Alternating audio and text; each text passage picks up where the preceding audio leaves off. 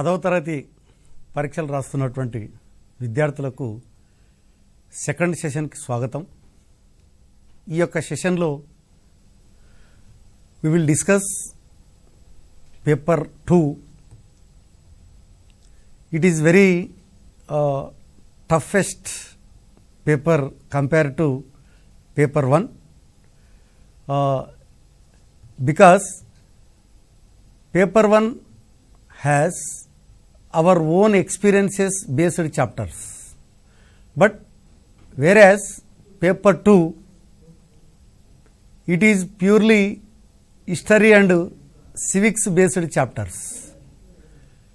We have less experiences compared to paper 1. So I appeal to the student, more focus on paper 2. ఎందుకంటే paper 1లో మీరు ఎలాగూ ఎక్కువ మార్కులు సాధిస్తారు, కానీ పేపర్ 2 సాధించాలంటే మాత్రం you have to focus more and more. Okay, right. Now we will discuss paper 2. Paper 2 we have 10 chapters. Okay, so compared to paper 1, paper 1 11 chapters are there, paper 2 10 chapters are there, but only pure history based lessons 12th and 13th lessons, and 14th 15th lessons it is related to independent struggle and frame the constitution. These are the 2 lessons. After that, first 30 years what is happening in the political scenario, and next what is the emerging trend in India, and again we will discuss some human rights, social movements and Telangana movements. So these are the basically in paper 2. Right. In paper 2, how to write the in effective way. మనకు తెలుసు ఏంటంటే, నేను paper 1 discuss చేసేటప్పుడు చెప్పాను, read the text interpretation అదొకటి మనకి విద్యార్థులు ఎక్కువ ఇబ్బంది పడేటువంటి అంశం. సెకండ్ వన్ ఏంటంటే ఈ యొక్క టేబుల్ ఆర్ గ్రాఫ్. మీరు పేపర్ 2లో చూసినట్లయితే టేబుల్ అండ్ గ్రాఫ్కి సంబంధించి 12th లెసన్లో ఈ యొక్క ఆర్మమెంట్ రేస్ అన్నటువంటిది టేబుల్ ఉంది, అదేవిధంగా వార్ రిలేటెడ్ డెత్స్ అన్నటువంటిది ఒక గ్రాఫ్ ఉంది. నెక్స్ట్ ఈ యొక్క కాన్స్టిట్యూషన్ లెసన్లో అమెండ్మెంట్ కాన్స్టిట్యూషన్ అన్నటువంటిది ఒక గ్రాఫ్ ఉంది. అట్లాగే మనకేంటంటే ఎలక్షన్ రిజల్ట్స్ కంపేర్ టు 52-62 అన్నటువంటిది ఒక పై గ్రాఫ్ కంపేర్ టు అన్నటువంటిది ఉంది. నెక్స్ట్ మనం తీసుకున్నట్లయితే ఈ యొక్క పేజ్ నెంబర్ 278లో ఉన్నటువంటి nuclear warheads with USA and USSR అదొకటి ఉంది. అట్లాగే మనం చూసినట్లయితే తెలంగాణ లెసన్లో net irrigated area, net cropped area అన్నటువంటిది ఒక 2 టేబుల్స్ మనం గమనించవచ్చు. సో మీరు గమనించినట్లయితే పేపర్ 2లో ఈ యొక్క టేబుల్ గ్రాఫ్కి సంబంధించి there are very less tables are there. Okay, మీరు టెక్స్ట్ బుక్లో ఉన్నటువంటి ఈ టేబుల్స్ని ఒక 5 ఉన్నాయి కాబట్టి వీటిని మీరు ఒక్కసారి అనాలిసిస్ చేసేసుకుంటే డెఫినెట్గా మీకు 4 మార్క్స్ రావడం అన్నటువంటిది జరుగుతుంది. దీంట్లో మనకు మేజర్గా మనం చూసినట్లయితే ఆర్మమెంట్ రేస్ కానివ్వండి, ఈ న్యూక్లియర్ స్టాక్ ఫైల్స్ సంబంధించినటువంటిది కానివ్వండి, ఈ తెలంగాణ లెసన్కి సంబంధించి ఈ 3 కొంత బాగా ఫోకస్ పెడితే మనకి ఏదైనా ఒకటి రావడానికి అవకాశం ఉంది. But some times it may come out of text table also, but it should be related to our content.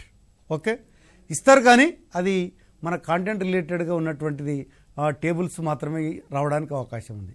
కాబట్టి ఇక్కడ మనకేముంటుంది క్వశ్చన్ పేపర్లు అంటే 1 from within the textbook, 1 from out of textbook. So you have to more focus on within the textbook. Automatically you will write examination in effectively. Okay, so now I would like to explain how to write the analysis. మీరు ఇక్కడ చాలామంది పిల్లలు ఒక doubt కూడా ఉంటుంది, what is the difference between interpretation and analysis? Interpretation means you have to express your feelings, your opinion, but whereas analysis is to analyze the data whatever given in the table or graph. Okay, so this is the major difference. So before analysis the graph, what are the indicators? Look at the screen. Indicators is what is the table graph about. Okay, ఇచ్చినటువంటి graph కానీ table కానీ దేన్ని గురించి తెలుపుతుంది అన్నటువంటిది మనం రాస్తే 1 mark వచ్చేస్తుంది. కాబట్టి ఫస్ట్ మీరు ఎగ్జామ్లో గ్రాఫ్ కానీ టేబుల్ కానీ ఇచ్చినప్పుడు what you should do, first observe the given graph and table. ఇది దేని గురించి తెలుపుతుంది అన్నటువంటిది మీరు స్పెసిఫిక్గా దాన్ని చూడగలిగితే ఆటోమేటిక్గా 1 మార్క్ రావడం అనేటువంటిది జరుగుతుంది. నెక్స్ట్ అనాలిసిస్ మన విషయానికి వచ్చినట్లయితే దీంట్లో మనకి అనాలిసిస్, ఫైండింగ్స్, అబ్జర్వేషన్స్ అంతా కూడా మనకి 2 మార్క్స్గా ఉండడం అన్నటువంటిది జరుగుతుంది. కాబట్టి ఇక్కడ మనం ఏం చేయాలి, ఇచ్చినటువంటి డేటాలో అనాలిసిస్ అంటే ఇక్కడ ఏంటంటే which is highest, which is lowest, is there any relation between highest and lowest. So you have to compare all other data given in the table or graph. Okay, that is the findings. Next one is findings. Finding is very very important. After analysis, what you have to find analysis. ఇది important, ఎందుకంటే నువ్వు ఎప్పుడైతే ఫైండింగ్స్ని ఈజీగా identify చేయగలవో ఆటోమేటిక్గా you will give some suggestions. Okay, ఇది మేజర్గా మనకి గమనిస్తే what is the table graph about 1 mark, analysis, findings, observation 2 marks, suggestions 1 mark. So now I would like to explain one graph. Look at the screen. This is the nuclear stock files with US and ఈ యొక్క USSR. మీరు గమనించినట్లయితే ఇది page number 278లో ఉంటుంది, right. ఈ 278లో ఉన్నటువంటి ఈ యొక్క పేజ్ నంబర్లో మనం చూస్తే ఇది చాలా ముఖ్యమైనటువంటి గ్రాఫ్. ఎందుకంటే ఇది చాలామంది పిల్లలు కూడా, టీచర్లు కూడా చాలామంది అడగడం జరిగింది, సార్ ఇది కొంత క్లియర్గా ఎక్స్ప్లెయిన్ చేస్తే బాగుంటుంది అన్నటువంటి ఉద్దేశం కూడా నేను పిల్లల నుంచి కూడా ఫీడ్బ్యాక్ తీసుకోవడం అన్నటువంటిది జరిగింది. కాబట్టి ఇక్కడ ఒకసారి మనం గమనించండి, how to analyse the graph. So how to analyse the graph tells about US and USSR nuclear stock files. This is the first sentence. Okay, ఈ యొక్క గ్రాఫు అమెరికా మరియు రష్యాల యొక్క అణ్వాయుధాల యొక్క నిల్వల గురించి తెలుపుతున్నాయి అనేది first sentence. What about second sentence, OX access shows the years. Okay, OY access shows the number of war heads. Okay, this is the second sentence. Next, you have to observe, this is the 2 sentences. Third one is the analysis part. So already you will get 1 mark about the graph. What is the y axis, what is the x axis. Okay, next, now analysis part. So in 1945, America have only 2 nuclear weapons. There is no nuclear weapons. Only America have only 1 weapon. But the number increased to 33,000 by the year 1965. This is the n number of nuclear weapons increased. But whereas Russia had 45,000 nuclear weapons in 1985.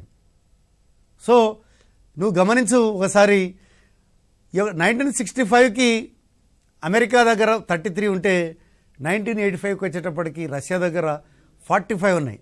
యాక్చువల్గా what we observed in the graph 45 ఆ time నుంచి 55 మధ్యలో Russia దగ్గర ఎలాంటి పెద్దగా అణ్వాయుధాలు లేవు. కానీ దాని తర్వాత విపరీతంగా వాళ్ళు పెంచుకోవడం అన్నటువంటిది జరిగింది. మరి ఎందుకు అమెరికా అంతగా న్యూక్లియర్ స్టాక్ ఫైల్స్ ఉన్నాయి 1965 కన్నప్పుడు మనం చూస్తే the main reason is America did not took part activity in the world wars. ఎందుకంటే ఇప్పటి వరకు మీరు గమనించండి, అమెరికా 2 వరల్డ్ వార్స్ నడిచినాయి మనకి. 2 వరల్డ్ వార్స్లో కూడా ఎక్కడ కూడా మనకి అమెరికా పెద్దగా ఇన్వాల్వ్ కావడం అన్నటువంటిది లేదు. అందుకని అమెరికా ఏమైంది, ఎప్పుడైతే ఇన్వాల్వ్ కాలేదో ఆటోమేటిక్గా సంపద అమెరికా దగ్గర బాగుంది. అందుకని అదేం చేసింది, ఎక్కువ మటుకు ఈ యొక్క న్యూక్లియర్ వార్ హెడ్స్ మీద ఈ యొక్క డబ్బు ఖర్చు పెట్టడం అన్నటువంటిది జరిగింది. So they spend the amount in manufacturing of nuclear weapons. కాబట్టి అది ఎక్కువగా తయారు చేసింది. ఇప్పుడు ఓన్లీ ఇన్ వరల్డ్ వార్ 2 ఎప్పుడైతే అమెరికా ఎప్పుడు పాల్గొనింది అంటే America Japan attacked on pearl harbour. అమెరికాకు సంబంధించినటువంటి పేర్ల్ హార్బర్ మీద ఈ యొక్క జపాన్ అటాక్ చేసింది. అప్పుడు మాత్రమే అమెరికా ఎంటర్ కావడం అన్నటువంటిది జరిగింది. అంతవరకు అమెరికా వరల్డ్ వార్ జరిగినా కూడా ఏమీ కూడా పెద్దగా పట్టించుకోలేదు. కాబట్టి ఎప్పుడైతే జపాన్ అటాక్ చేసిందో ఏమైంది, అప్పుడు ఇమ్మీడియట్గా America end of the second world war America entered in to the world war. So ఇమ్మీడియట్గా ఎంటర్ అయిన వెంటనే ఏం చేసింది, ఈ యొక్క జపాన్ నగరాలైనటువంటి హిరోషిమా నాగసాకి పట్టణాల మీద ఈ యొక్క ఆగస్టు 6 ఆగస్టు 9 తారీఖుల్లో సింపుల్గా లిటిల్ బాంబు వేసి ఈ 2 నగరాలను నేలమట్టం చేయడం అన్నటువంటిది జరిగింది. కాబట్టి అది ఏం చేసింది, వాటికి ఉన్నటువంటి న్యూక్లియర్ వెపన్స్ని మొట్టమొదటిసారిగా అది ఈ యొక్క హిరోషిమా నాగసాకి పట్టణాల మీద వేయడం అన్నటువంటిది జరిగింది. మరి అమెరికా పరిస్థితి ఇట్లా ఉంటే మరి వాట్ అబౌట్ రష్యా ఎందుకు పెంచుకునింది? The reason is Russia aims to spread communalism and to support communist governments across the world. కాబట్టి ఇక్కడ మనకేం చేసింది, రష్యా తన ఉద్దేశం ఏంటంటే ప్రపంచంలో కమ్యూనిజాన్ని విస్తరించాలా, అట్లాగే తనకు అనుకూలమైనటువంటి ప్రభుత్వాలను ఏర్పాటు చేయాలా ప్రపంచవ్యాప్తంగా అన్నటువంటిది యొక్క రష్యా యొక్క ప్రయత్నం. ఇక నెక్స్ట్ చూడండి, USSR supported federal Castro of క్యూబాలో మనకు తెలుసు అది అమెరికాకు చాలా దగ్గరగానే ఉంటుంది. కానీ జీవితం ఉన్నన్ని దినాలు అమెరికాకు వ్యతిరేకంగానే ఫెడరల్ కాస్ట్రో వర్క్ చేయడం అన్నటువంటిది జరిగింది. కాబట్టి అక్కడ ఏం చేసింది, వాళ్ళు ఫెడరల్ కాస్ట్రో సామ్యవాదాన్ని ఏర్పాటు చేయడానికే మొగ్గు చూపడం అన్నటువంటిది జరిగింది. కానీ అది అమెరికాకు ఇష్టం లేదు. కానీ ఫెడరల్ కాస్ట్రోని దింపడానికి చాలా ప్రయత్నాలు చేసింది, అయినప్పటికీ కూడా తట్టుకొని నిలవడం అన్నటువంటిది జరిగింది. మనకి నెక్స్ట్ మనం చూసినట్లయితే USSR sent its armies to dismiss unfriendly governments and install friendly governments in Germany, Hungary and Czechoslovakia. అంటే ఇక్కడ జర్మనీ, హంగేరీ, చెకోస్లోవేకియాలో ఏం చేసిందంటే ఈ యొక్క యుఎస్ఎస్ఆర్ తనకు అనుకూలమైనటువంటి ప్రభుత్వాలను ఏర్పాటు చేయడం అన్నటువంటిది జరిగింది. ఎప్పుడైతే ఇట్లా పెంచుకుంటూ పోతుందో అమెరికా భయపడడం అన్నటువంటిది జరిగింది. అందుకనే ఇమ్మీడియట్గా అమెరికా ఏం చేసింది, USA authorised support for the anti communist forces in Turkey, Greece in 1947 and Angola in 1970s period. అంటే ఇక్కడ ఏం చేసింది, ఇమ్మీడియట్గా అంగోలాల, టర్కీల, గ్రీసుల కమ్యూనిస్టు ప్రభుత్వాలకు వ్యతిరేకంగా అమెరికా వారికి సహాయం చేయడం అన్నటువంటిది జరిగింది. రైట్. నెక్స్ట్ మనం చూసినట్లయితే ఇక్కడ మనకి ఇన్ 1971 యుఎస్ఎస్ఆర్ ఏం చేసిందంటే ఆఫ్ఘనిస్తాన్లో తనకు అనుకూలమైనటువంటి ప్రభుత్వాన్ని ఏర్పాటు చేసింది. అది ఇమ్మీడియట్గా అమెరికా ఎంటర్ ఏం చేసిందంటే అక్కడ ఈ కమ్యూనిస్టు ప్రభుత్వానికి వ్యతిరేకంగా అక్కడ ఉన్నటువంటి ఆఫ్ఘనిస్తాన్ రెబల్స్ ఎవరైతే ఉన్నారో వాళ్ళకి అమెరికా సహాయం చేయడం అన్నటువంటిది జరిగింది. అంటే ఇక్కడ మనం గమనించినట్లయితే మై అనాలిసిస్ ఈ గ్రాఫ్లో మనం చూసినట్లయితే both countries spent lot of money for manufacturing the nuclear weapons in past 70 years. 70 ఏళ్ళ నుంచి ఈ రెండు ప్రభుత్వాలు కూడా వాళ్ళు ఒకరి మీద ఒకరికి ఆధిపత్యం కొరకు ఏం చేసినాయంటే ఎక్కువ డబ్బుని ఖర్చు పెట్టినాయి. మరి what is my suggestions to control nuclear arms race? Through negotiations these two countries should reduce nuclear weapons. ఈ రెండు దేశాలు కూడా కూర్చొని ఏం చేయాలంటే మనకి ఈ యొక్క వెపన్స్ సంఖ్య బాగా తగ్గించాల్సినటువంటి అవసరం ఉంది. కానీ మనం గమనిస్తే ఈ యొక్క strict implementation of the strategic arms reduction treaty అన్నటువంటిది అమెరికా రష్యా మధ్యలో జరిగింది.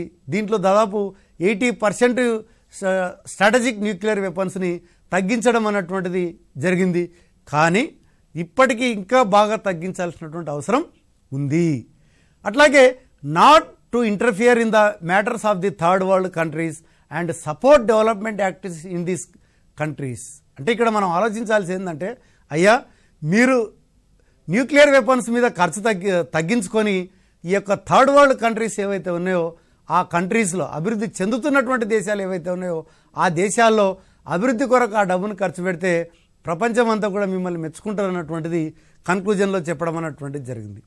సో ఇట్లా మనం రాసినప్పుడు మీరు గమనించండి. ఈ యొక్క దీంట్లో మీరు ఫస్ట్ గ్రాఫ్కి సంబంధించి అబౌట్ గ్రాఫ్ చెప్పాం, అనాలిసిస్ చెప్పినాం. ఇక్కడ అనాలిసిస్ చేసేటప్పుడు కూడా మనం ఆలోచన చేయాల్సింది ఏంటంటే ఎక్కువ ఉన్నాయి అంటే ఇక్కడ న్యూక్లియర్ వార్డ్స్ ఎక్కువ ఉన్నాయంటే వార్ హెడ్స్ ఎక్కువ ఉన్నాయంటే ఎందుకు ఎక్కువ ఉన్నాయి అన్నటువంటిది రీజన్స్ రాయాలి. తక్కువ ఉన్నాయనంటే ఎందుకు తక్కువ ఉన్నాయో రాయాలి. కానీ ఇద్దరి దగ్గర ఎక్కువ ఉన్నాయి కాబట్టి ఎందుకు ఎక్కువ ఉన్నాయో మనం రీజన్ చెప్పినాం. దాని తర్వాత ఏం చేసినాం, అవి ఎక్కడెక్కడ సపోర్ట్ చేసినాయి, ఎందుకు ఒకరినొకరు అనుమానించుకుంటున్నాయని చెప్పడం జరిగింది. దాని తర్వాత ఫైండింగ్ చెప్పడం జరిగింది. ఫైండింగ్ ఏంది, రెండు కంట్రీస్ కూడా more money to spend the manufacturing of nuclear war heads. దాని తర్వాత సజెషన్ చెప్పడం జరిగింది. అంటే ఈ రకంగా మనం ఈ యొక్క ఎగ్జామ్లో కనుక క్లియర్గా రాస్తే డెఫినెట్గా మనకి 4కి 4 మార్క్స్ రావడం అన్నటువంటిది జరుగుతుంది. ఇక మనం గమనించినట్లయితే చాలామంది ఇంకొక మాట అడగడం జరిగింది. ఏమడిగారంటే సార్ ఈ యొక్క పాంప్లెంట్కి సంబంధించి మరి ఏ రకంగా మేము రాయాలి అన్నటువంటిది కూడా చెప్పడం జరిగింది. కాబట్టి అది కూడా మనం ఒకటి డిస్కస్ చేద్దాం. ఎందుకంటే మీరు గమనించండి, ఇక్కడ ఇండికేటర్ మొన్న ఎగ్జామ్లో మేము పేపర్ కరెక్షన్ చేసేటప్పుడు ఏం గమనించినామంటే పాంప్లెంట్ కూడా ఒక క్వశ్చన్కి ఆన్సర్ రాసినట్టే రాయడం జరిగింది. అట్లా రాస్తే ఏమవుతుంది, మీకు 2 మార్కులకు బదులు ఏమవుతుందంటే హాఫ్ మార్కు లేదా 1 మార్క్ రావడం అన్నటువంటిది జరుగుతుంది. అంటే 10/10 మిస్ కావడానికి ఇది కూడా ఒక కారణం. అంటే ఆటోమేటిక్గా మీరు ఏమవుతుందంటే ఒక 1 మార్క్ లాస్ కావడం వల్ల మిగతా అన్నిట్లో కూడా ఈ రకంగా లాస్ అవుతూ పోతే మీరు చాలామంది సోషల్ స్టడీస్లో మేము మా డేటా అనాలిసిస్లో తెలియదు ఏంటంటే ఎక్కువ మంది విద్యార్థులు 9 GPA దగ్గర వచ్చి ఆగిపోతున్నారు. కాబట్టి 10 GPA రావాలన్నప్పుడు ఖచ్చితంగా each and every nature of question you have to understand first. Okay, so ఇప్పుడు చూడండి how to write the pamphlet. Okay, first మీరు గమనించండి, ఫస్ట్ ఏముండాలి, మోడల్ టైటిల్ అన్నటువంటిది ఉండాలి.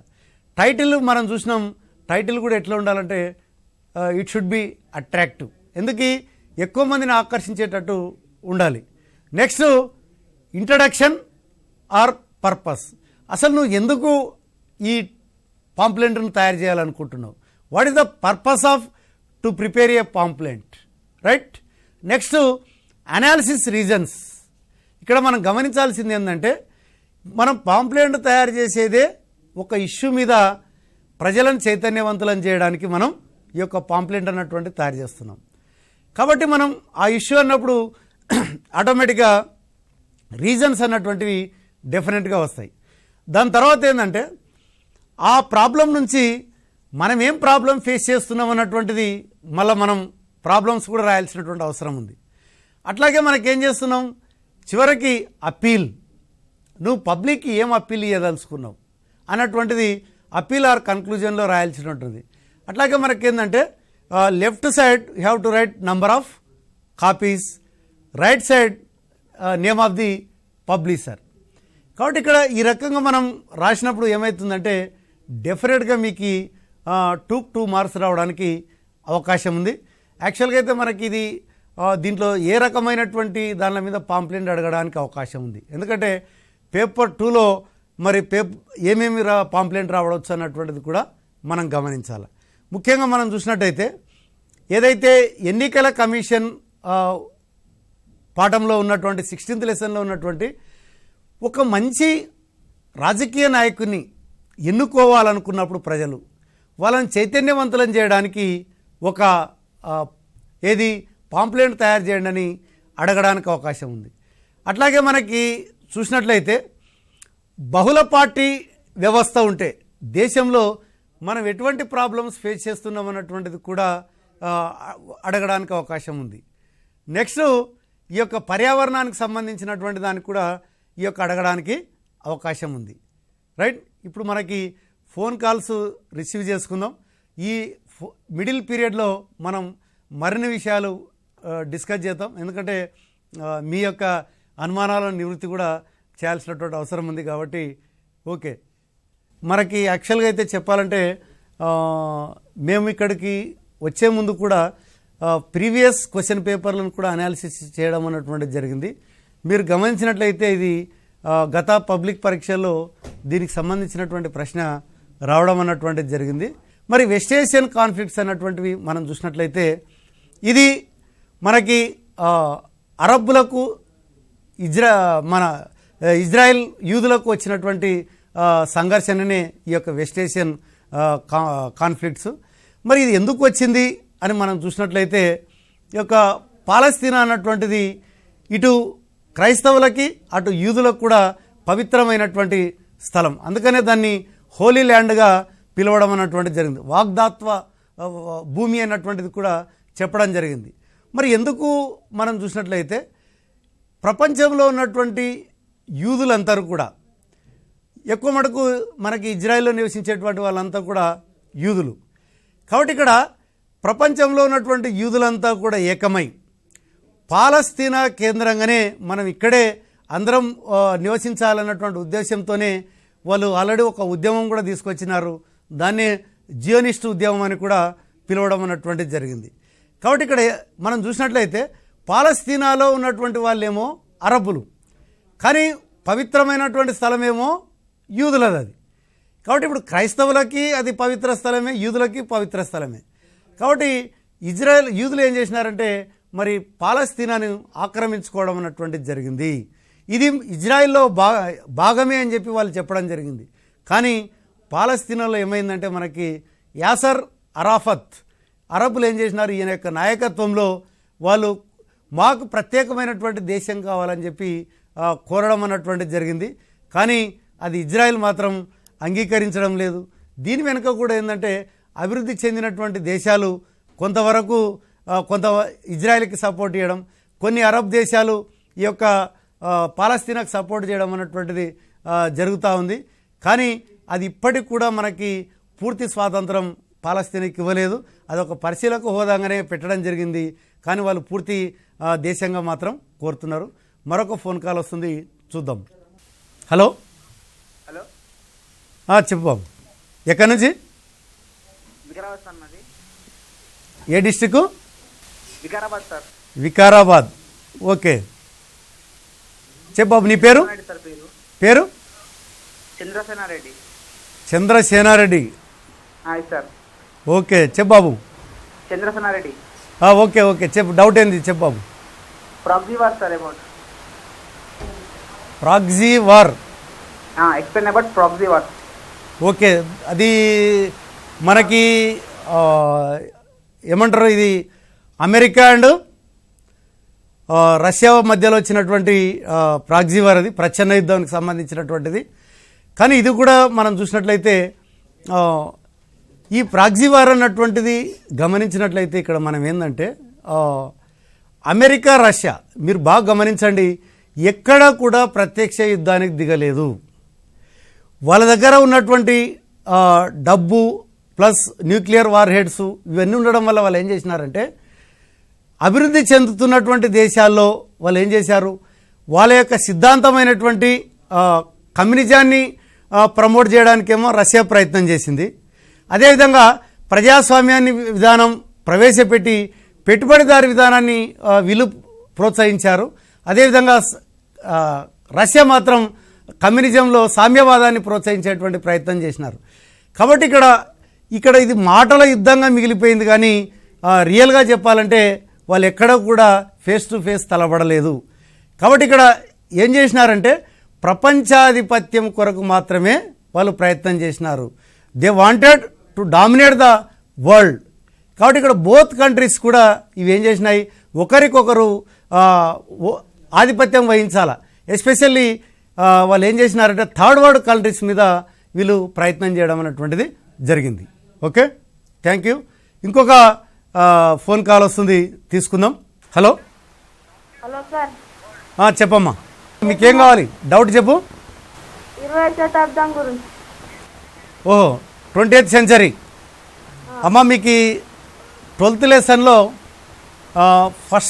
ఫస్ట్ పేజీలోనే ఉంది 20th సెంచరీని సంచలనాల యుగంగా ఎందుకు పిలుస్తారు అనేటువంటి క్వశ్చన్. ఇది 2 మార్క్స్ రావడానికి అవకాశం ఉంది. దీన్ని ఏజ్ ఆఫ్ ఎక్స్ట్రీమ్ అని కూడా పిలుస్తారు. ఎరిక్ అబ్సమ్ అనేటువంటి వ్యక్తి దీన్ని ఏజ్ ఆఫ్ ఎక్స్ట్రీమ్ అనేటువంటిది పిలవడం అన్నటువంటిది జరిగింది. మరి ఇక్కడ 20th సెంచరీలో వచ్చినటువంటి మార్పులు మనం తీసుకున్నట్లయితే ముఖ్యంగా ప్రపంచంలో ఉన్నటువంటి అనేక దేశాల్లో కూడా ఏమైందంటే అక్షరాస్యత అన్నటువంటిది బాగా పెరిగిపోయింది. అంటే ఎప్పుడైతే అక్షరాస్యత బాగా పెరిగిందో ఎక్కువ మంది చదవడం మొదలుపెట్టినారు. అంటే చదవడం మొదలుపెట్టినారంటే అర్థం ఏంటంటే వాళ్ళు ప్రపంచ జ్ఞానాన్ని సంపాదించడం అన్నటువంటిది జరిగింది. అట్లాగే ఏంటంటే ప్రజల యొక్క జీవన ప్రమాణం కూడా బాగా పెరిగిపోయింది 20వ శతాబ్దానికి వచ్చేటప్పటికి. ఎందుకు పెరిగిందంటే అప్పుడు ఈ యొక్క మెడికల్ రంగంలో అనేకమైనటువంటి మార్పులు సంభవించడం, టెక్నాలజీ పెరగడం వల్ల ఏమైందంటే మంచి మందులు అందుబాటులోకి రావడం వల్ల ప్రజల యొక్క జీవన ప్రమాణం కూడా పెరగడం అన్నటువంటిది జరిగింది. ఇంకోటి మనం చూసినట్లయితే ఈ యొక్క 20వ శతాబ్దంలో మనకు వచ్చినటువంటివి ఈ బయాలజీ సంబంధించినటువంటి దాంట్లో జీవ వైవిధ్యానికి సంబంధించినటువంటి రంగాల్లో కూడా అనేకమైనటువంటి మార్పులు సంభవించడం అన్నటువంటిది జరిగింది. అట్లాగే మనం చూసినట్లయితే ఇంకా ప్రపంచం అన్నటువంటిది 2 భాగాలుగా విడిపోవడం అన్నటువంటిది కూడా మనం చూస్తున్నాం. అంటే ఎస్పెషల్లీ 20వ శతాబ్దం స్టార్టింగ్లో కంటే కూడా తర్వాత భాగంలో ఈ యొక్క ప్రపంచమంతా కూడా ఒకవైపు కొన్ని సామ్యవాద విధానం వైపు వెళ్తే మరికొన్ని దేశాలు పెట్టుబడిదారి విధానం వైపు వెళ్ళడం అన్నటువంటిది జరిగింది. కాబట్టి ఇన్ని మార్పులు ఈ యొక్క యుగంలో చోటు చేసుకున్నాయి. కాబట్టి దీన్ని ఏజ్ ఆఫ్ ఎక్స్ట్రీమ్ అన్నటువంటిది పిలవడం అన్నటువంటిది జరిగిందమ్మా. ఇప్పుడు మనము మరొకటి కూడా దీంట్లో డిస్కస్ చేద్దాం. దీంట్లో ఎస్పెషల్లీ 4 మార్క్స్ క్వశ్చన్ వచ్చినప్పుడు కూడా మనం ఎట్లా ఆన్సర్ రాయాలన్నటువంటిది కూడా మీరు బాగా గమనించండి. ఇప్పుడు తెర మీద మీరు ఒకసారి చూడండి, differentiate the parliamentary and presidential system of governments. Parliamentary తరహా ప్రభుత్వానికి అధ్యక్ష తరహా ప్రభుత్వానికి గల తేడాలు ఏందన్నటువంటిది కూడా అడుగుతూ ఉంటారు. కాబట్టి మీరు తేడాలు వచ్చినప్పుడు చాలామంది పైన కింద రాస్తూ ఉంటారు. అట్లా కాకుండా మీరు బాక్స్ రూపంలో రాసినట్లయితే ఎక్కువ మటుకు మంచి మార్కులు రావడానికి అవకాశం ఉంది. ఇప్పుడు మీరు గమనించండి, both the parliamentary system of government and presidential system of governments are democratic form of governments, but there are some differences between them. Let us identify the differences. 2 కూడా ప్రజాస్వామ్య విధానాలే, కానీ అనుసరించే విధానంలో తేడా ఉంది. ఇప్పుడు మనం పార్లమెంటరీ సిస్టమ్ అనేటువంటిది గవర్నమెంట్ ఎక్కడ ఉందంటే మన భారతదేశంలో ఉంది. అదే మనకి ప్రెసిడెన్షియల్ సిస్టమ్ ఆఫ్ గవర్నమెంట్ అన్నప్పుడు ఇది మనకి ఎక్కడ కనిపిస్తుందంటే అమెరికాలో కనిపించడం అనేటువంటిది కనిపిస్తుంది. మరి what is the difference between these 2? మీరు చూడండి, in parliamentary system of government the president is the head of the state but not the executive.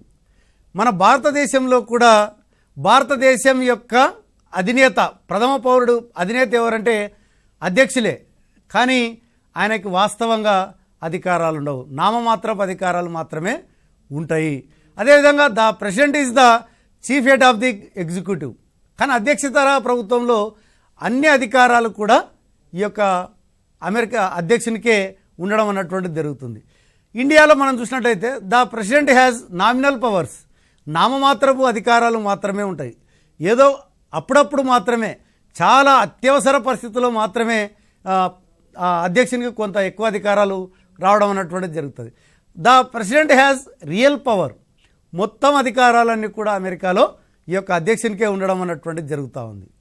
అట్లాగే థర్డ్ వన్ మనం తీసుకున్నట్లయితే prime minister and his ministers are responsible for administration. కాబట్టి parliamentary తరహా ప్రభుత్వంలో ఏంటంటే ప్రధానమంత్రి నాయకత్వంలో పనిచేసేటువంటి మంత్రిమండలే పూర్తి బాధ్యత వహిస్తుంది. President and his secretaries are responsible for administration. అంటే ఇక్కడ అధ్యక్షుడు మరియు అతని యొక్క కింద పనిచేసేటువంటి సెక్రటరీలే మనకి బాధ్యత వహిస్తారు. మన దగ్గర ఎట్లయితే మంత్రులు ఎట్లాగో ప్రధానమంత్రి నాయకత్వంలో ఉంటారో అట్లాగే అమెరికాలో తీసుకున్నట్లయితే అధ్యక్షుడు ఆయన కింద సెక్రటరీ అంటాడు. అందుకనే foreign secretary, American foreign secretary అని మాట్లాడుతుంటారు. మనం ఏమంటున్నాం, భారతదేశ విదేశాంగ మంత్రి అని మాట్లాడడం అనేది జరుగుతుంది. అట్లాగే ఫోర్త్ డిఫరెన్స్ మీరు గమనించండి, the president is generally bound by the advice of council of ministers. కాబట్టి ఇక్కడ భారతదేశంలో మనకేందంటే అధ్యక్షుడు అన్నటువంటి వ్యక్తి మంత్రిమండలి యొక్క సలహాలు సూచనల మేరకే నడుచుకుంటాడు. ఆయనకంటూ స్పెషల్ పవర్స్ ఏముండవు, వాళ్ళు ఎట్లా చెప్తే అట్లా నడుచుకోవడం అనేది జరుగుతుంది. The president is not bound by the advice of his secretaries. ఇక్కడ ప్రెసిడెంట్ కింద సెక్రటరీ పనిచేస్తాడు, కానీ ఇక్కడ మనకేందంటే సెక్రటరీ ఈ యొక్క అధ్యక్షుడు ఎలా చెప్తే వాళ్ళ వినాలి. మొత్తం పవర్స్ అంతా కూడా ఈ యొక్క అమెరికా ప్రెసిడెంట్కే ఉండడం అన్నటువంటిది జరుగుతుంది. కానీ మరి ఇండియాలో ఎవరికి ఉంటుంది మొత్తం పవర్స్ అంటే ఈడ ప్రధానమంత్రికి మాత్రమే ఉంటుంది. నెక్స్ట్ ఫిఫ్త్ డిఫరెన్స్ చూడండి, the president has no power to dismiss ministers so long as they committed and majority in punishment. ఇక్కడ మనకి భారతదేశంలో రాష్ట్రపతి ఈ యొక్క మంత్రిమండలిని ఈ యొక్క రద్దు చేసేటువంటి అధికారం లేదు. ఎందుకంటే ప్రధానమంత్రి మంత్రిమండలి సూచిస్తే తప్ప ఆయన రద్దు చేయడానికి వీల్లేదు. ఒకవేళ ఏ పార్టీకి మెజారిటీ రానప్పుడు మాత్రమే ఈ యొక్క రాష్ట్రపతి తన విచక్షణాధికారాలను ఉపయోగించి డెసిషన్ తీసుకునేటువంటి వీలుంది. కానీ ప్రెసిడెంటియల్ సిస్టమ్ తీసుకున్నట్లయితే ఒకసారి మనం ఫోన్ కాల్ని రిసీవ్ చేసుకుందాం. హలో, నా పేరు Chanti sir, I'm from Bhuvanagiri COA. ఏం పేరమ్మా? Shanti? Chanti Chanti Chanti. Okay okay Chanti, Bhuvanagiri. Sir చెప్పు చంటి. ఇప్పుడు వియట్నాంకి అమెరికాకి వార్ అయింది కదా సార్. అవును. ఏజెంట్ ఆరెంజ్ ఆహా, సార్, అసలు రీజన్ ఏంటి సార్ వార్ కానికి రీజన్? ఎస్, రీజన్ మేజర్గా ఇది మంచి ప్రశ్న అడిగావు చంటి. యాక్చువల్గా మనం తీసుకున్నట్లయితే వియత్నాం అన్నటువంటిది కలోనియల్ కంట్రీస్ ఆఫ్ ఫ్రాన్స్. ఇక్కడ మనకేమైందంటే అమెరికా ఎందుకు జోక్యం చేసుకుంది అన్నటువంటిదే నీ యొక్క క్వశ్చన్. దీంట్లో స్ట్రేట్గా ఆన్సర్ ఏంటంటే వాస్తవంగా చెప్పాలంటే ఈ యొక్క ప్యారిస్ ఒప్పందం ప్రకారం ఏమైందంటే వియత్నాంని సౌత్ వియత్నాం, నార్త్ వియత్నాం అన్నటువంటిది ఒక డివైడ్ చేశారు వాళ్ళు. ఏది? ఒప్పందంలో భాగంగా. ఇక్కడ ఏమైందంటే నార్త్ వియత్నాంకు ఉన్నటువంటి వ్యక్తి చాలా మటుకు సంస్కరణ అమలు చేసి అక్కడ కమ్యూనిస్ట్ నాయకత్వంలో ప్రభుత్వం ఏర్పాటు చేయడం అన్నటువంటిది జరిగింది. కానీ సౌత్ వియత్నాంకి వచ్చేటప్పటికి ఏమైందంటే రాజరికబద్ధమైనటువంటి అరిస్టోక్రసీ సంబంధించినటువంటి ప్రభుత్వం ఏర్పాటైంది. దీంతో ఇక్కడ ఏమైపోయిందంటే ఇక్కడ నార్త్లోనేమో మంచిగా ఏది రిఫార్మ్స్, ఎస్పెషల్లీ ల్యాండ్ రిఫార్మ్స్ అమలు చేసి అక్కడ ప్రజలకి మంచి పరిపాలన అందించారు. దాంతో సౌత్లో ఉన్నటువంటి వాళ్ళు ఏమన్నారంటే లేదు మేము కూడా మీ ఇద్దరు దాంట్లోనే కలుస్తామని చెప్తే అక్కడ నార్త్కి వాళ్ళు కమ్యూనిస్టు ప్రభుత్వం కాబట్టి అమెరికా భయపడింది. అరే ఒకటెనికిలో ఒకటి ఇది రష్యా ఈ రకంగా చేస్తుంది కదా అని చెప్పి ఇమ్మీడియట్గా తనకి ఇష్టం లేకపోయినా కమ్యూనిజాన్ని అరికట్టాలన్నటువంటి ఉద్దేశంతోనే America enter into the Vietnam war. Hello, good afternoon sir.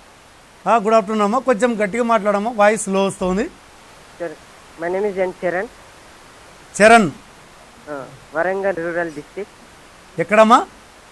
Warangal rural district. Okay, Warangal. చెప్పమ్మా. సార్ కోల్డ్ వార్ గురించి చెప్పరా? కోల్డ్ వార్ ఇంతకుముందు మనం మాట్లాడుకున్నాం. యాక్చువల్గా అయితే ఏది ప్రచ్ఛన్న యుద్ధానికి సంబంధించి ఈ cold war between America and రష్యాకి సంబంధించినటువంటి కోల్డ్ వార్ ఇది. ఎస్పెషల్లీ దీని యొక్క మెయిన్ పర్పస్ మనం చూసినట్లయితే to dominate on the world through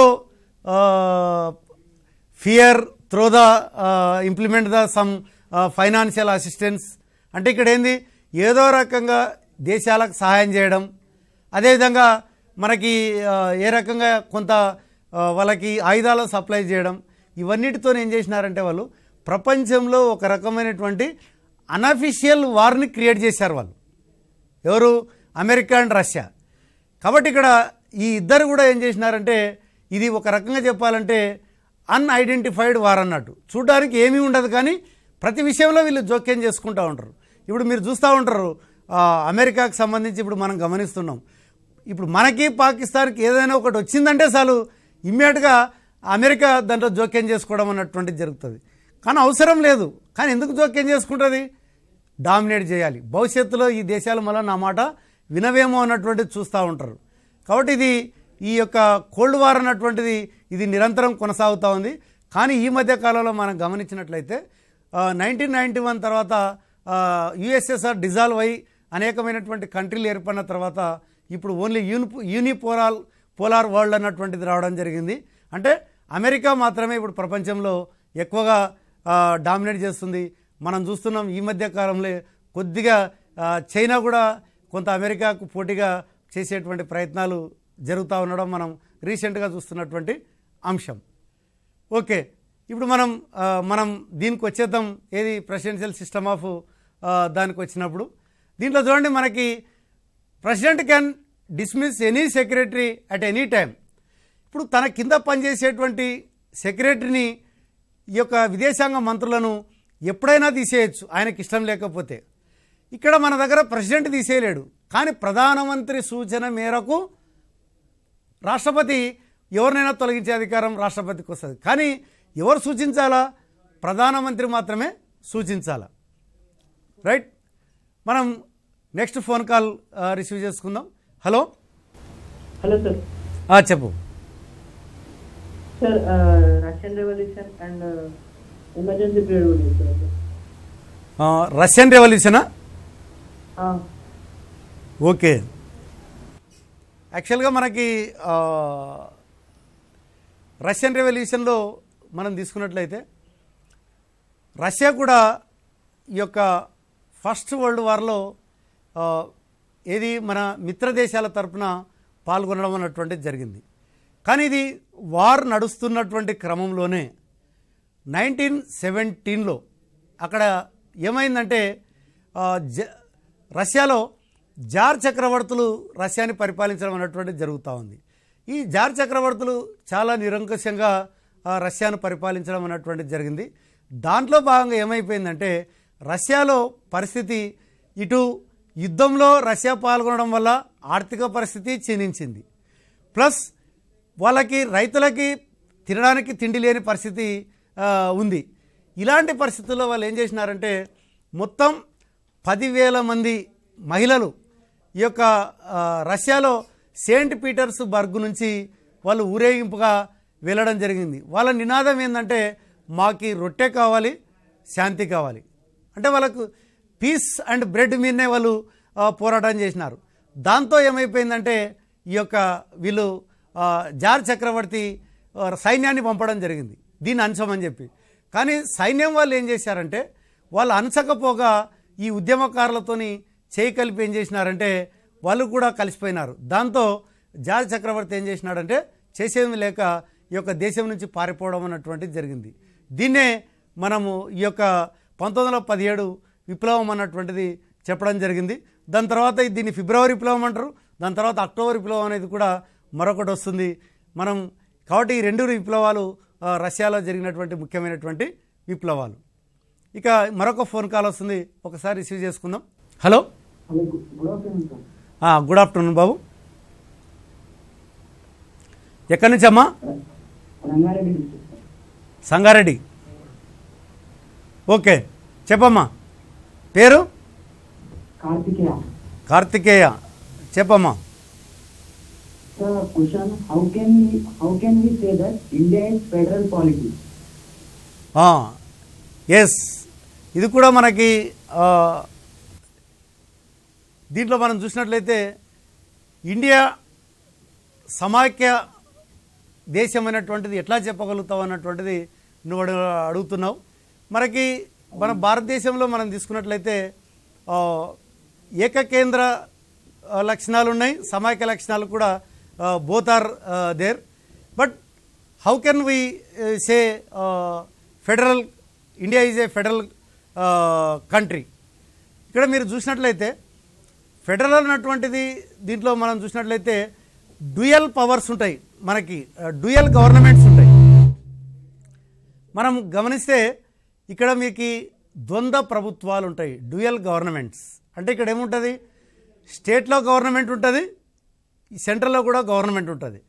కాబట్టి మనం ఏం చేసినామంటే రాజ్యాంగం రాసుకునేటప్పుడే స్టేట్స్కి పవర్స్ స్టేట్లో గవర్నమెంట్ ఉండాలి, సెంట్రల్ గవర్నమెంట్ కూడా ఉండాలి. కాబట్టి ఇది ఒక వన్ ఆఫ్ ది క్వాలిటీ ఏది మనం డ్యూయల్ కంట్రీ అన్న దానికి. అట్లాగే మనం చూసినట్లయితే డ్యూయల్ పవర్స్ కూడా మనకున్నాయి. ఏది మనకు చూసినట్లయితే state list, central list, concurrent list అన్నటువంటిది మనం టెక్స్ట్ బుక్లో బాక్స్ రూపంలో ఇవ్వడం అన్నటువంటిది జరిగింది. కాబట్టి ఇక్కడ మనం స్పెసిఫిక్గా ఏం చేసినామంటే కొన్ని స్టేట్కే స్పెసిఫిక్గా లిస్ట్ ఇచ్చాము, కొన్నేమో సెంట్రల్కే స్పెసిఫిక్గా లిస్ట్ తయారు చేయడం జరిగింది. కానీ కొన్ని అంశాల్లో మనం తీసుకున్నట్లయితే అటు స్టేటు చట్టాలు చేయొచ్చు, అదేవిధంగా సెంట్రల్ కూడా చట్టాలు చేయొచ్చు. కానీ ఈ రెండింటి మధ్యలో డిఫరెన్స్ వచ్చినప్పుడు మాత్రం ఈ యొక్క సెంట్రల్ లానే ఇంప్లిమెంట్ చేయడం అన్నటువంటిది జరుగుతుంది. ఇది రెండవ దానికి సంబంధించిన అంశం. మూడవది మనం ఏం చేసినామంటే ఏకీకృత జ్యుడిషియల్ సిస్టమ్ అన్నట్టు. అంటే ఇప్పుడు మనము ఏకీకృత జ్యుడిషియల్ సిస్టమ్ అంటే ఏంది, ఇక్కడ మన దగ్గర step by step district court ఉంటుంది, మనకి district level civil court, municipal court అని, అట్లాగే రాష్ట్రానికి వస్తున్నట్లయితే హైకోర్టు ఉంటుంది, అట్లాగే మనకి నేషనల్ వైడ్ సుప్రీంకోర్టు అన్నటువంటి ఉంటుంది. కానీ ఇక్కడ స్టేజెస్ ఉన్నాయి, కానీ దెర్ ఈజ్ నో డిఫరెన్స్. కాబట్టి దాన్ని అందేమన్నా యూనిఫైడ్ జ్యుడిషియల్ సిస్టమ్. కాబట్టి ఇక్కడ మనకి ఏకీకృత న్యాయ వ్యవస్థ అంటే మనం అందుకనే మనం గమనించండి, హైకోర్టులో న్యాయం జరగకపోతే మనం సుప్రీంకోర్టుకి వెళ్ళిపోవచ్చు. కాబట్టి ఈ సిస్టమ్ అన్నటువంటిది మనకు ఉంది. అట్లాగే మనకి ఒకే ఓటు ఉన్నటువంటి వ్యవస్థనే ఉంది, అంటే సెంట్రల్కి ఓటు లేదు, స్టేట్కి లేదు. కాబట్టి మనం ఇక్కడ ఒకే ఓటు ఉన్నటువంటి సిస్టమ్ కూడా మనం పెట్టడం అన్నటువంటిది జరిగింది. So these are the some qualities we say India is a federal system of India. Hello, చెప్పమ్మా మీ పేరు? ఏం పేరమ్మా? సుస్మిత. చెప్పమ్మా. ఇంటిగ్రేషన్ ఆఫ్ స్టేట్స్ గురించి ఎక్స్ప్లెయిన్ చేయండి. Integration of states. ఓకే, ఇది కూడా మనకి మంచి క్వశ్చనే. యాక్చువల్గా అయితే మనకి ఇండిపెండెంట్ ఆఫ్టర్ ఇండిపెండెంట్ మనకి 1946లో క్యాబినెట్ మిషన్ అన్నటువంటిది ఇండియాకి రావడం అన్నటువంటిది జరిగింది. వాళ్ళు ఏం చేశారంటే ఈ యొక్క ఇండియాకి ఒక కాన్స్టిట్యూషన్ తయారు చేయాలన్నటువంటి వాళ్ళు అనుకున్నారు.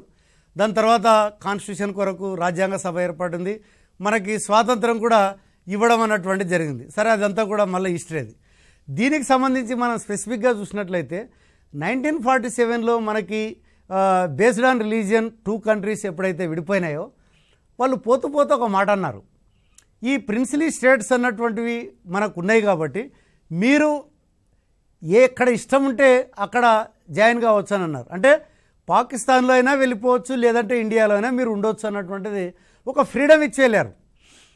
ఆ ఫ్రీడమ్ ఇస్తే ఏమైందంటే ఇక్కడ సమస్య, మనకి 593 ప్రిన్సిలీ స్టేట్స్ ఉన్నాయి, 593. దాంట్లో మ్యాక్సిమం మెజారిటీ వాళ్ళు ఏమన్నారంటే మేము ఇండియాలోనే కలుస్తామని చెప్పడం జరిగింది. కానీ ఈ యొక్క హైదరాబాద్, జునాగఢ్, కాశ్మీర్ తర్వాత ట్రావెన్కోర్ కూడా ఫస్ట్ కిరికిరి పెట్టారు, కానీ తర్వాత అది విల్లింగ్ ఇచ్చింది ఇండియాలో జాయిన్ కావడం అన్నటువంటిది జరిగింది. కానీ హైదరాబాద్, జునాగఢ్, కాశ్మీర్ వాళ్ళు మాత్రం వీళ్ళు మేము స్వతంత్రంగానే ఉంటాం అని చెప్పడం జరిగింది. దాంతో ఏమైపోయింది, సర్దార్ వల్లభాయ్ పటేల్ ఆ యొక్క సంస్థానవాదులతోని మాట్లాడడం జరిగింది. ఎందుకంటే మీరు దేశం మధ్యలో ఉన్నారు కాబట్టి మాకు అవసరం అని చెప్పి హైదరాబాద్తో మాట్లాడినారు, జునాగఢ్. కానీ జునాగఢ్ తొందరనే ఒప్పుకోవడం జరిగింది, ఇండియన్ యూనియన్లో కలిపారు. కానీ సమస్యలో వచ్చింది ఏంటంటే కాశ్మీర్ అండ్ హైదరాబాద్తో సమస్య వచ్చింది. కానీ ఎవరు సర్దార్ వల్లభాయ్ పటేల్ ఏం చేసినారంటే హైదరాబాద్నేమో పోలీస్ చర్య ద్వారా ఈ యొక్క ఇండియన్ యూనియన్లో కలిపేయడం జరిగింది. కానీ జమ్మూ కాశ్మీర్ విషయంలో తీసుకున్నట్లయితే అప్పుడున్నటువంటి రాజు కరణ్ సింగ్ ఆయన ఏం చేశాడంటే మేము కూడా స్వతంత్రంగా ఉంటాము అన్నటువంటిది చెప్పడం జరిగింది. కానీ అది ఏమైపోయింది, Jammu Kashmir border of between India and Pakistan. అది ఇమ్మీడియట్గా ఏం చేసిందంటే పాకిస్తాన్ ఎప్పుడైతే స్వాతంత్రం వచ్చిన వెంటనే కాశ్మీర్ మీద దాడి చేసింది, ఎందుకంటే చిన్న స్వదేశీ సంస్థానం కాబట్టి. అప్పుడు ఏం చేసినాడంటే కరణ్ సింగ్ ఇమ్మీడియట్గా భారత ప్రభుత్వం యొక్క సహాయాన్ని అడిగాడు. మీరు ఇప్పుడు కానీ నాకు సహాయం చేస్తే బేషరతుగా నేను కాశ్మీర్ని ఇండియాలో కలిపేస్తా అని చెప్పడం జరిగింది. కానీ అప్పటికే భారతదేశంలోకి ఆ పాకిస్తాన్ సైన్యాలు చొచ్చుకొని రావడం జరిగింది. ఇమ్మీడియట్గా మన భారతదేశ సైన్యం జోక్యం చేసుకొని ఇండియన్ యూనియన్లో కలిపేయడం జరిగింది. కానీ ఇక్కడ సమస్య ఏమైందంటే అది ఐక్యరాజ్య సమితి జోక్యం చేసుకొని ఆజాద్ కాశ్మీర్ అనే పేరుతో ఇప్పటికీ అది పాకిస్తాన్ ఆధీనంలోనే ఉంది. కానీ దాని మీద ఇప్పటికీ మనకి పాకిస్తాన్కి మధ్య వివాదం నడుస్తూనే ఉందమ్మా. అట్లా అన్ని సంస్థానాలని ఈ యొక్క ఇండియన్ యూనియన్లో కలపడం అన్నటువంటిది జరిగింది. ఈ క్రెడిట్ ఎక్కువ మటుకు మనకి సర్దార్ వల్లభాయ్ పటేల్ చేయడం అన్నటువంటిది జరిగిందమ్మా. నెక్స్ట్ హలో హలో చెప్పమ్మా, పేరు గుడ్ ఆఫ్టర్నూన్ సార్. చెప్పమ్మా. సార్ మిలిటరీ అలయన్సెస్ గురించి చెప్పండి. క్లియర్గా వినిపించలేదమ్మా. Military alliances. ఓకే, మిలిటరీ అలయన్సెసా? ఇది మనకి దీని గురించి అంత మనం స్పెసిఫిక్గా చెప్పాల్సిన అవసరం లేదమ్మా. ఎందుకంటే మనకి మిలిటరీ అలయన్సెస్ అన్నటువంటివి వరల్డ్ వార్ 1లో మీ అందరికి తెలుసు, this is also one of the reason ఏది ఫస్ట్ వరల్డ్ వార్ రావడానికి. కాబట్టి మనకి అగ్రెసివ్ నేషనలిజం అన్నాం, ఇంపీరియలిజం అన్నాం, మిలిటరీజం మిలిటరీ అని అనుకున్నాం. అట్లాగే మనకి సీక్రెట్ అలయన్సెస్ కూడా అన్నాం. మిలిటరీ అన్నటువంటి ఏంటంటే ఇక్కడ ఏంటంటే ప్రపంచంలో ఉన్నటువంటి దేశాలు ఒక దేశం కొరకు మరొక దేశానికి భయపడి ఏం చేసినారమ్మంటే విపరీతంగా సైన్యాన్ని పెంచుకోవడం జరిగింది. అంటే ఇక్కడ జర్మనీకి భయపడి ఇంగ్లాండ్ పెంచుకునింది, ఇంగ్లాండ్కి భయపడి జర్మనీ పెంచుకోవడం అన్నటువంటిది జరిగింది. ఎస్పెషల్లీ ఈ యొక్క జర్మనీ, ఇటలీ, జపాన్ ఈ దేశాలు ఏం చేసినాయంటే బాగా ప్రపంచం మీద ఆధిపత్యం కొరకు ప్రయత్నాలు చేసినాయి. దాంట్లో భాగంగా వాళ్ళు ఏం చేసినారంటే వాళ్ళ సైన్యాన్ని బాగా పెంచుకున్నారు. ముఖ్యంగా కొన్ని దేశాలు, ఇప్పుడు జర్మనీ లాంటి దేశాలు కంపల్సరీ సైన్యంలో అందరూ పనిచేయాలన్నటువంటిది కూడా చెప్పడం జరిగింది. అందుకని ఏం చేసినారు, ఇటు ఇంగ్లాండు, ఫ్రాన్సు, అదేవిధంగా అమెరికా కూడా ఎంతకైనా మంచిదని చెప్పి వీళ్ళందరూ కూడా సైన్యాన్ని పెంచుకోవడమే దాన్ని మిలిటరిజం అంటారమ్మా. ఇది one of the reason for first world war అమ్మా. Right. Next hello hello hello sir. చెప్పమ్మా, ఏ పేరు? కార్తిక్ సార్. కార్తిక్, మళ్ళీ వచ్చావా? సార్ ఇందాక కాల్ చేసావు కదా. చేశాను సార్. చెప్పమ్మా. ఎకానమిక్ డిప్రెషన్ ఇది డిప్రెషన్, గ్రేట్ డిప్రెషన్. ఓకే, ఈ గ్రేట్ డిప్రెషన్ అన్నటువంటిదే దాంట్లో భాగమే. ఇది మనము తీసుకున్నట్లయితే ఇది 1929 నుంచి 1939 వరకు మనకి ఈ యొక్క గ్రేట్ డిప్రెషన్ అన్నటువంటిది జరిగింది. ఎస్పెషల్లీ గ్రేట్ డిప్రెషన్ అంటే మేజర్గా ఏంటంటే సింపుల్ ఆన్సర్ చెప్పాలంటే ధరలు పడిపోయేటువంటి స్థితి, to decrease the prices of goods. ఎప్పుడైతే ప్రపంచంలో ధరలు పడిపోయినాయో ఆటోమేటిక్గా అది గ్రేట్ డిప్రెషన్కి దారితీసింది. దీనికి ఆపోజిటే ఇన్ఫ్లేషన్, అంటే అది ధరలు పెరిగిపోయే స్థితిని మన ఇన్ఫ్లేషన్ అనేటువంటి పిలుస్తారు. మరి ఇక్కడ ఎందుకు ఈ యొక్క గ్రేట్ డిప్రెషన్ ప్రపంచంలో రావడం జరిగిందని చూసినట్లయితే ఎక్కువ మటుకు ఈ యొక్క దేశాలన్నీ కూడా ప్రపంచ యుద్ధాల్లో పాల్గొనడం వల్ల ఏమైందంటే ఆర్థిక వ్యవస్థ అంతా కూడా చిన్నాభిన్నం కావడం అన్నటువంటిది జరిగింది. ఎప్పుడైతే ఆర్థిక వ్యవస్థ చిన్నాభిన్నమైందో ఏమైందంటే ప్రజలు వాళ్ళ దగ్గర ఆదాయాలు పడిపోయి ఏమైందంటే వస్తువులను కొనలేని పరిస్థితికి వచ్చేసారు. ఎప్పుడైతే వస్తువులను కొనలేని పరిస్థితి వచ్చేసిందో ఆటోమేటిక్గా ఏమైపోయిందంటే ఈ యొక్క ప్రజల యొక్క ఎంప్లాయ్మెంట్ లాస్ అయ్యారు. ఈ ఎంప్లాయ్మెంట్ ఎప్పుడైతే లాస్ అయ్యారో పర్చేజింగ్ పవర్ కూడా వాళ్ళకి తగ్గిపోవడం అన్నటువంటిది జరిగింది. ఎప్పుడైతే పర్చేజింగ్ పవర్ తగ్గిపోయిందో ఆటోమేటిక్గా ఉత్పత్తి చేసినటువంటి వస్తువులన్నీ కూడా స్టాక్గా ఉండిపోయినాయి. దాంతో పరిశ్రమలన్నీ కూడా ప్రొడక్షన్ అంతా కూడా స్టాప్ చేసేసినాయి. దీంతో ఏమైపోయిందంటే ఇదంతా కూడా దీన్ని ఏమంటారంటే ఈ యొక్క చక్రీయ ప్రవాహం అంటారు. అంటే ఇది వెల్త్ సర్కిల్ అన్నటువంటిది పిలుస్తారు అన్నట్టు. కాబట్టి ఇక్కడ ఏమైపోయింది మొత్తం కూడా ప్రపంచమంతా అతలాకుతలం అవడం జరిగింది. ఇది ఒక దేశానికే కాదు, ప్రపంచంలో ఉన్నటువంటి అమెరికా, ఇంగ్లాండ్, జర్మనీ ఈ మొత్తం దేశాలకు కూడా గ్రేట్ డిప్రెషన్ యొక్క ప్రభావం పడడం అన్నటువంటిది జరిగింది. దాంతో ప్రజలందరూ కూడా చాలా కోలుకోలేని పరిస్థితికి రావడం జరిగింది. కానీ ఇలాంటి పరిస్థితుల్లో కూడా జర్మనీ మరొక తప్పు పని ఏం చేసిందంటే ఎప్పుడైతే గ్రేట్ డిప్రెషన్ వచ్చిందో మనకి డబ్బులు కావాలి కదా అని చెప్పి విపరీతంగా ముద్రించి ప్రజలకు ఇవ్వడం జరిగింది. దాంతో ఏమైపోయిందంటే సంచుల్లో డబ్బు తీసుకెళ్తే ఈ యొక్క చేతిలో ఒక బ్రెడ్ వచ్చేటువంటి పరిస్థితి గమనించాం. కాబట్టి దీని యొక్క ఇంపాక్టు ఆల్ కంట్రీస్ మీద ఉంది. మరి దాని కొరకు అమెరికా న్యూ డీల్ పాలసీ కూడా తీసుకొని రావడం జరిగింది. దానిలో భాగంగానే కొంత హెల్ప్ చేయడం, అదేవిధంగా ఇంగ్లాండ్ కూడా పెన్షన్స్ ఇవ్వడం, అట్లాగే కొన్ని ప్రజలకు హెల్ప్ చేసేటువంటి కార్యక్రమాలు కూడా చెప్పడం జరిగింది.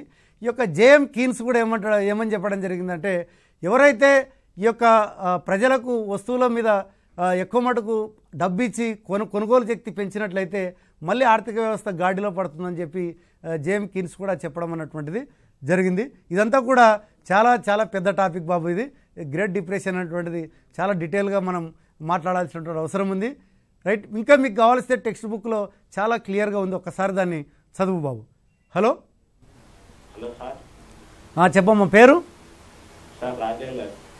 రాజేందర్, చెప్పమ్మా. సార్ గ్రీన్ పీస్ మూవ్మెంట్ ఎందుకు చాలండి? గ్రీన్ పీస్ మూవ్మెంట్ ఇది మనకు తీసుకున్నట్లయితే అమెరికాలో ఉన్నటువంటి అలస్కా ప్రాంతంలో అక్కడ పర్యావరణానికి దెబ్బతీసేటువంటి పరిస్థితులు జరిగినాయి. కాబట్టి అక్కడ పర్యావరణాన్ని రక్షించాలన్నటువంటి ఉద్దేశంతో స్టార్ట్ అయినటువంటి ఉద్యమమే ఈ యొక్క గ్రీన్ పీస్ ఉద్యమం. ఇది ముఖ్యంగా ఎక్కువ మటుకు పర్యావరణవేత్తలు అక్కడ వ్యతిరేకించడం అన్నటువంటిది జరిగింది. కాబట్టి ఇది అలస్కా అన్నటువంటిది అది అమెరికా ఆధీనంలో ఉండడం అన్నటువంటిది జరుగుతుంది. ముఖ్యంగా అక్కడ ఉన్నటువంటి ఐస్ అంతా కూడా కరగడం మొదలుపెట్టడం వల్ల ఏమవుతుందంటే ఈ యొక్క ఎక్సెస్ హీటు అంటే గ్లోబల్ వార్మింగ్ అన్నటువంటిది మొదలై ఈ యొక్క ప్రపంచమంతా కూడా నాశనం అయ్యేటువంటి పరిస్థితి ఉంది. కాబట్టి దానికి వ్యతిరేకంగా ఇక్కడ మనకి వీళ్ళు ఏర్పాటు చేయడం అన్నటువంటిది జరిగింది బాబు. ఇక్కడ మనం చూసినట్లయితే ఈ యొక్క డిఫరెన్స్ కూడా మాట్లాడుతున్నాం. లాస్ట్ వన్ మనది examples for this system of governments in India. అంటే ఈ సిస్టాన్ని మనం ఇండియాలో అడాప్ట్ చేస్తున్నాం, అదేమో ఎస్పెషల్లీ అమెరికాలో అడాప్ట్ చేయడం అన్నటువంటిది జరుగుతుంది. కాబట్టి మీరు 4 మార్క్స్ క్వశ్చన్ కూడా మీరు చెప్తున్నాను, ఇంకా మీరు కొన్ని క్వశ్చన్స్ మీద దృష్టి పెట్టాల్సినటువంటి అవసరం ఉంది. దాంట్లో ముఖ్యంగా నేను స్క్రీన్ మీద కూడా కొన్ని మోడల్ క్వశ్చన్స్ కూడా మీరు చూడండి ఒకసారి.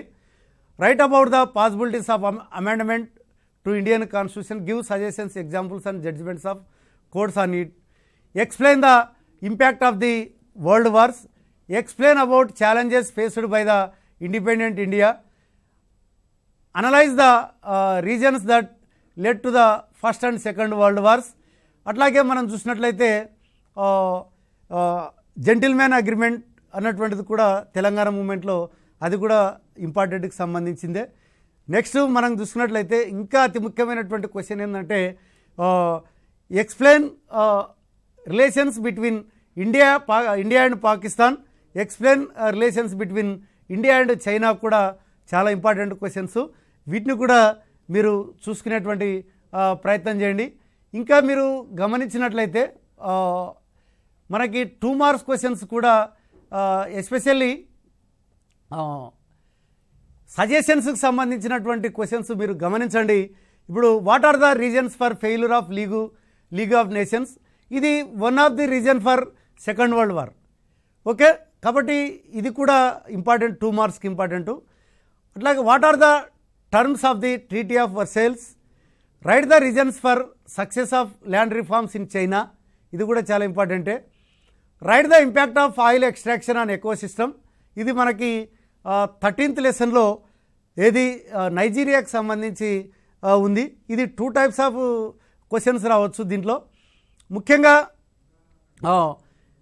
ఏది రీడ్ ద టెక్స్ట్ ఇంటర్ప్రిటేషన్ కింద పారాగ్రాఫ్ అడిగి కూడా వాళ్ళు ఇంటర్ప్రిటేషన్ అడగవచ్చు, లేదంటే డైరెక్ట్గా what is the impact of oil extraction of ecosystem అని కూడా అడగవచ్చు. అదేవిధంగా give suggestions to improve the relations India and Pakistan కూడా చాలా important. What provisions of code of conduct of elections are violated frequently, మనకి ఎలక్షన్స్ జరుగుతున్నాయి. ఈ కోడ్ ఆఫ్ కండక్ట్కి సంబంధించి మీరు టెక్స్ట్ బుక్లో 11 ఉన్నాయి మనకి కోడ్ ఆఫ్ కండక్ట్స్.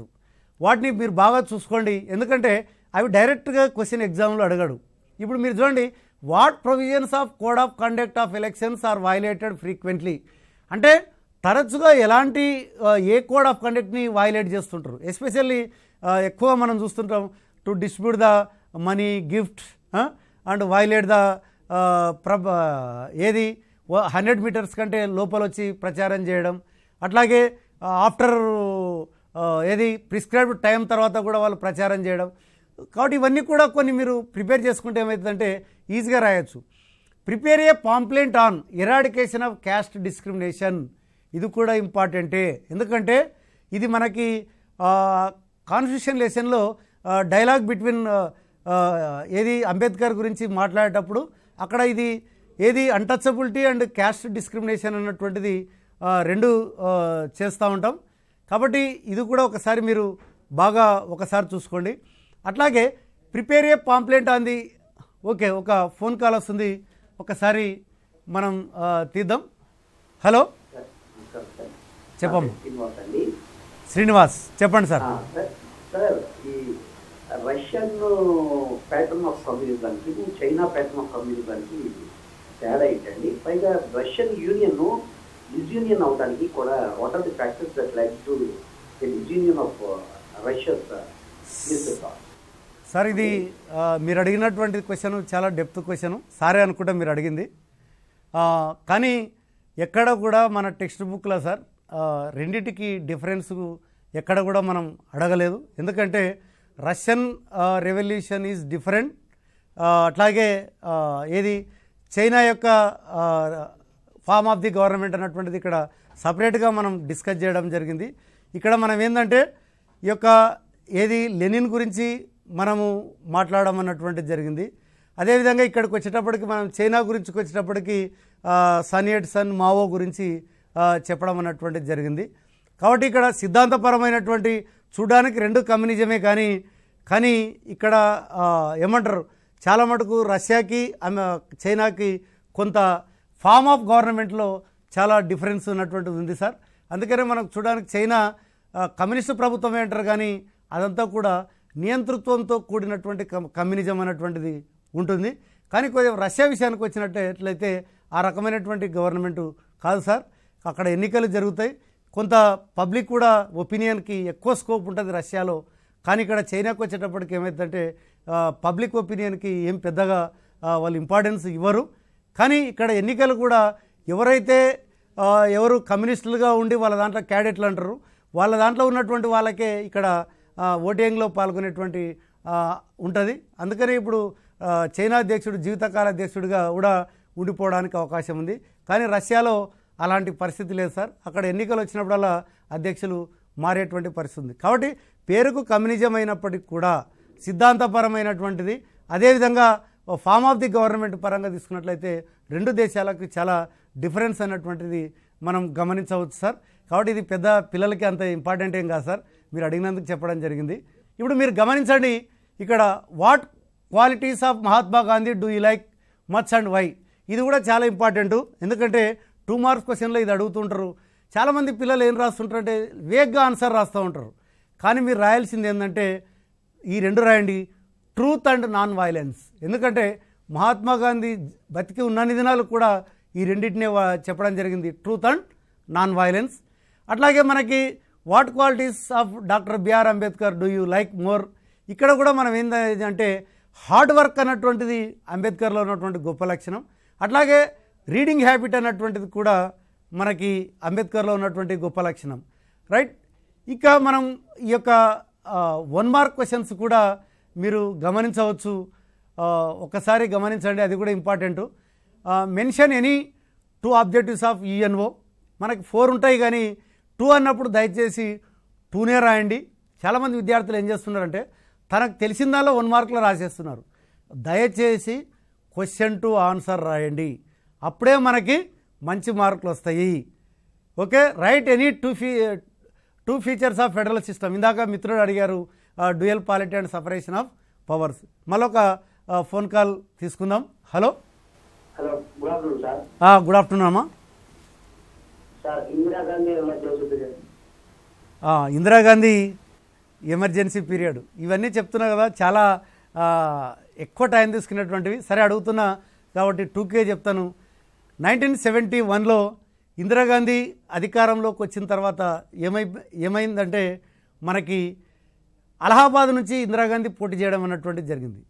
కానీ ఆమె మీద ఎన్నికల్లో అక్రమాలు చేసి గెలిచిందని చెప్పి అలహాబాద్ హైకోర్టులో ఒకరు పిటిషన్ వేయడం జరిగింది. పిటిషన్ వేస్తే ఏమైందంటే అలహాబాద్ హైకోర్టు ఆమె ఎన్నికను రద్దు చేయడం జరిగింది. ఎప్పుడైతే ఎన్నిక రద్దయిందో కొంత ఇందిరాగాంధీ అసహనానికి లోనై ఆమె మళ్ళీ సుప్రీంకోర్టుకు వెళ్ళడం జరిగింది. దాని మీద స్టే ఆర్డర్ తెచ్చుకొని పరిపాలన కొనసాగించడం అన్నటువంటిది జరిగింది. కానీ ఎక్కడో ఒక రకమైనటువంటి అసహనంతో ఆమె ఏం చేసిందంటే ప్రజలు కూడా ఎక్కువ మటుకు తీసుకున్నటువంటి నిర్ణయాల వల్ల ఏమైందంటే వాళ్ళు ఇందిరాగాంధీ ఎస్పెషల్లీ జయప్రకాష్ నారాయణ్ అప్పుడు ప్రజల పక్షాన అనేకమైనటువంటి పోరాటాలు చేశాడు. రైతుల కొరకు చాలా పోరాటం చేసినాడు. దీంతో ప్రజలు నాకు వ్యతిరేకులు అవుతున్నారు అన్నటువంటి భావన ఎప్పుడైతే ఏర్పడిందో ఇందిరాగాంధీ ఏం చేసిందంటే దేశంలో అత్యవసర పరిస్థితి విధించడం అన్నటువంటిది జరిగింది. ఎప్పుడైతే అత్యవసర పరిస్థితి ఇందిరాగాంధీ విధించిందో ఆటోమేటిక్గా ప్రజల యొక్క ప్రాథమిక హక్కులని కూడా రద్దు అయిపోయినాయి. అట్లాగే మనం చూసినట్లయితే బలవంతంగా ఏమంటారు ఆపరేషన్లు చేయించడం. ఇంకా ఒక విచిత్రం, అప్పుడు మరి మనం చూడలేదు కానీ ఈవెన్ పిల్లలు కాని వాళ్ళని కూడా తీసుకుపోయి ఆపరేషన్ చేసినారన్నటువంటిది కూడా చెప్తూ ఉంటారు. కాబట్టి ఈ ఎమర్జెన్సీ పీరియడ్ అన్నటువంటిది ఏమైందంటే ఇందిరాగాంధీ యొక్క ఇమేజ్ ఎంతైతే పెరిగిందో మళ్ళీ ఎమర్జెన్సీ పీరియడ్లో ఇందిరాగాంధీ యొక్క ఇమేజ్ తగ్గిపోవడం అన్నటువంటిది జరిగింది. కానీ మళ్ళీ 1977లో జనతా ప్రభుత్వం ఏదైతే అధికారంలోకి వచ్చిందో అది ఎక్కువ రోజులు మళ్ళీ వాళ్ళు కొనసాగలేదు. మళ్ళీ 1980లో ఎన్నికలు పెడితే మళ్ళీ ఇందిరాగాంధీ అంతకంటే ఎక్కువ మెజార్టీతో గెలవడం అన్నటువంటిది జరిగింది. కాబట్టి ఇదంతా కూడా ఎమర్జెన్సీ పీరియడ్లో జరిగినటువంటి అంశాలు. ఇక ఇంకో కాల్ వస్తుంది, తీసుకుందాం. హలో, చెప్పండి సార్. సార్, నా పేరు తరుణ్ సార్. చరణ్. తరుణ్ చెప్పు. తరుణ్ సార్, నాకు college of world war 1 and world war 2 ఏదైనా సిమిలారిటీస్ ఉన్నాయా సార్? ఇక్కడ ఒకటి మీరు మంచి ప్రశ్న అడిగావు. ఇక్కడ మీకు సిమిలారిటీస్ అంటే ఇక్కడ ఏంటంటే ఇప్పుడు suppose what are the reasons for world war 2 అని అడిగినారనుకోండి, వరల్డ్ వార్ 1కి సంబంధించినటువంటి రీజన్స్ కూడా వస్తాయి. దానితో పాటు ఇవి కూడా యాడ్ అవుతాయి. ఏది treaty of failure of Versailles అనేది ఒకటి వస్తుంది. Failure of league of nations అన్నటువంటిది వస్తుంది. అట్లాగే బాల్కాన్ పాలిటిక్స్ అన్నటువంటిది కూడా వస్తుంది, రైట్. అంటే మొదటి ప్రపంచ యుద్ధ కారణాల్లో ఉన్నటువంటి మిలిటరిజము, అట్లాగే సీక్రెట్ అలయన్సెస్, ఇవన్నీ కూడా వరల్డ్ వార్కి సెకండ్ వరల్డ్ వార్ రీజన్స్ కింద కూడా మనం కన్సిడర్ చేయాల్సినటువంటి అవసరం ఉంది. కాబట్టి ఇక్కడ సిమిలారిటీస్ అంటూ ఏం లేవు. రెండు కూడా ఇవన్నీ కలిసే మనకి మళ్ళీ రెండో వరల్డ్ వార్ రావడానికి కారణం కావడం అన్నటువంటిది జరిగింది. రైట్. స్పెసిఫిక్గా వరల్డ్ వార్ 2 అన్నప్పుడు మాత్రమే ఏది వర్సైల్ సంధి ఒప్పందంలో ఉన్నటువంటి లోపాలు, అదేవిధంగా నానాజాతి సమితి విఫలం కావడం, అదేవిధంగా బాల్కాన్ పాలిటిక్స్, ఇవన్నీ కూడా సెకండ్ వరల్డ్ వార్ రీజన్స్ కింద మనం చెప్పడం అన్నటువంటిది జరుగుతుంది. ఓకే విద్యార్థులారా, మీరందరూ కూడా ఈ 2 పేపర్లకు సంబంధించి మీరు యూట్యూబ్లో మరొకసారి చూసుకోండి. మీరు ఎగ్జామ్లో నేను చూసినట్లయితే బాగా గమనించినట్లయితే మీరు అడిషనల్ సీట్లు ఎక్కువ రాస్తే ఎక్కువ మార్కులు వస్తాయని భ్రమపడకండి. మీరు కరెక్ట్గా రాస్తే గాన 7 1 మార్క్ క్వశ్చన్స్ ఒక్క పేపర్లోనే అయిపోతాయి. అంటే 7 మార్కులు వచ్చేసినాయి మీకు. 2 మార్క్స్ క్వశ్చన్స్ కూడా మీరు గమనించినట్లయితే మీరు దీంట్లో ఫస్ట్ పేపర్లో తెలంగాణ అవుట్లైన్ మ్యాపు, సెకండ్ పేపర్లో ఇండియా అవుట్లైన్ మ్యాపు మీరు ఈజీగా ప్రాక్టీస్ చేయండి, అలాగే వచ్చేస్తాయి. ఇక నెక్స్ట్ మనం చూసినట్లయితే మ్యాపింగ్ స్కిల్స్కి సంబంధించి కూడా మీరు సెకండ్ పేపర్లో తీసుకున్నట్లయితే మేజర్గా జర్మనీ, జపాన్, అదేవిధంగా నేపాల్, బంగ్లాదేశ్, చైనా, అదేవిధంగా మనకి ఏది నామ్ ప్రిపరేటరీ మీటింగ్ జరిగినటువంటి బాండుంగ్ కానివ్వండి, ఇంకా మనం తీసుకున్నట్లయితే ఈ ఇండైరెక్ట్గా కొన్ని మనకు అడగడానికి నామ్ ఫస్ట్ సమ్మిట్ ఎక్కడ జరిగిందని, అట్లాగే మనకేందంటే వర్సైల్స్ ట్రీటీ జరిగినటువంటి నగరం ఏదని కానీ, అంటే ఇట్లా ఇండైరెక్ట్గా కొన్ని అడగడం అన్నటువంటి జరుగుతుంది, డైరెక్ట్గా చాలా మటుకు అడగడం జరుగుతుంది. మీరు వరల్డ్ మ్యాప్ను బాగా ప్రాక్టీస్ చేయండి. మరి మీరందరూ కూడా ఈ సెషన్ విన్న తర్వాత మీరు ఇంకా కొంత ఈ లాక్డౌన్ పీరియడ్లో మనకి ఎగ్జామ్కి మధ్యలో 2 డేస్ డిఫరెన్స్ ఉంది, 2 డేస్ టైం ఉంది. కాబట్టి మీరందరూ కూడా బాగా ప్రాక్టీస్ చేయండి. డెఫినెట్గా ఈసారి 10వ తరగతి పరీక్ష సోషల్ స్టడీస్లో ఎక్కువ మంది విద్యార్థులు 10/10 సాధిస్తారని ఆశిస్తూ, మరి ఇది మీకెంతో ఉపయోగపడుతుందని ఆశిస్తూ, ఈ టీశాట్ వాళ్ళు ఇంత మంచి కార్యక్రమాన్ని ఏర్పాటు చేసినందుకు మీ తరపున, ఉపాధ్యాయులందరి తరపున మీ అందరికీ టీశాట్ వారికి ధన్యవాదాలు తెలుపుతూ ముగిస్తున్నా. కృతజ్ఞతలు.